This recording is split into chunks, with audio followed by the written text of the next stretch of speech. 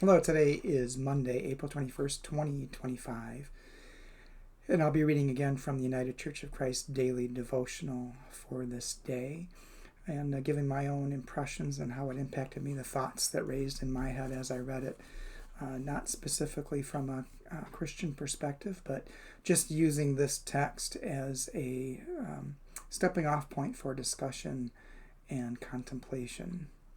The devotion is entitled Recognition, written by Rachel Hackenberg. And Rachel bases the devotion upon the Gospel of Luke, chapter 24, verses 13 through 17, adapted. On that same day, two disciples were going to a village called Emmaus and talking with each other about all that had happened.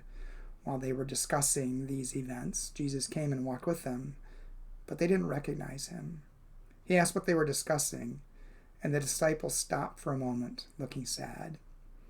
And then Rachel writes, on that same day that Mary, Joanna, another Mary, and several other women went together to Jesus' tomb, two disciples left Jerusalem and headed to Emmaus.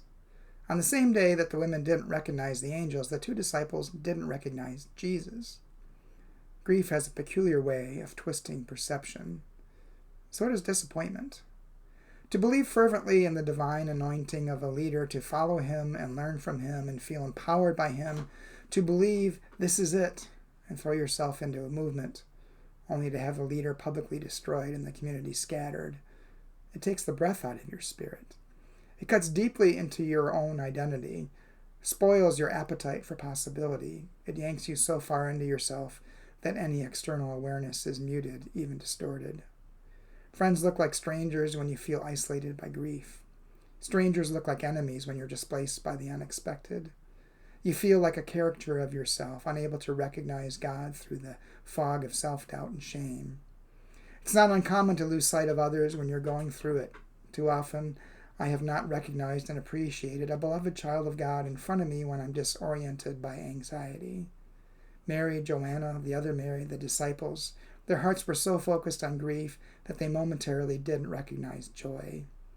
Thank God that didn't stop Jesus from showing up. Thank God it still doesn't. And Rachel's prayer. Risen Jesus, forgive my tunnel vision of fear. Living Jesus, do not abandon me when I get lost in my own head and heart. A couple things that came to mind as I was reading this is one, yes, in the midst of grief, especially unexpected grief, when something happens traumatically, it can become difficult to see around us, to see how we see the world.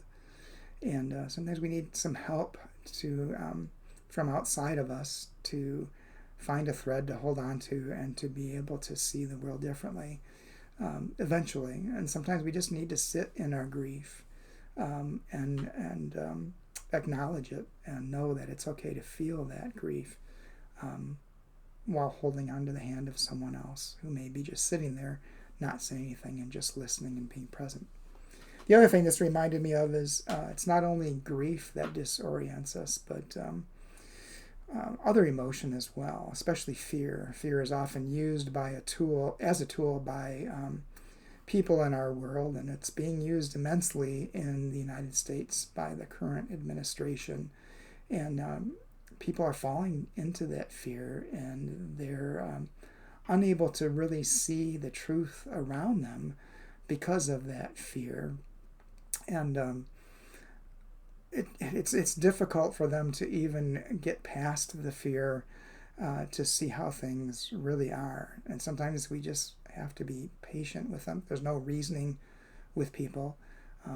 Just as when someone was within grief, when someone's overwhelmed with fear or I'm going to use the term brainwashing, that there's no sense, there's no use in trying to rationalize with them, but simply being patient with them and sitting with them and listening to them and continuing to nudge them to be able to see how they see. Other aspects I thought of is, my old saying is, you don't know what you don't know. And sometimes grief, sometimes fear can blind us from seeing the things that we really need to see and understand. I think that's the elements of some of the things. I mean, today we got word that Pope Francis died, and certainly he wasn't a perfect human being, but he certainly tried to follow the teachings and the life of Jesus and the things that he taught and did. And like all of us, he wasn't perfect at it, but he kept trying.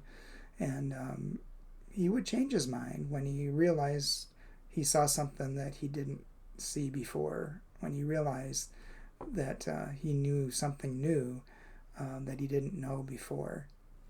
We don't know what we don't know until we know. Anyway, those are my thoughts for the day.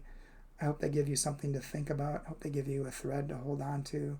I hope they give you courage to continue to face what's the onslaught of fear that's coming at us, and help you to see how you see, and help you to understand how other people are seeing as well, and working to help them to see what they don't see.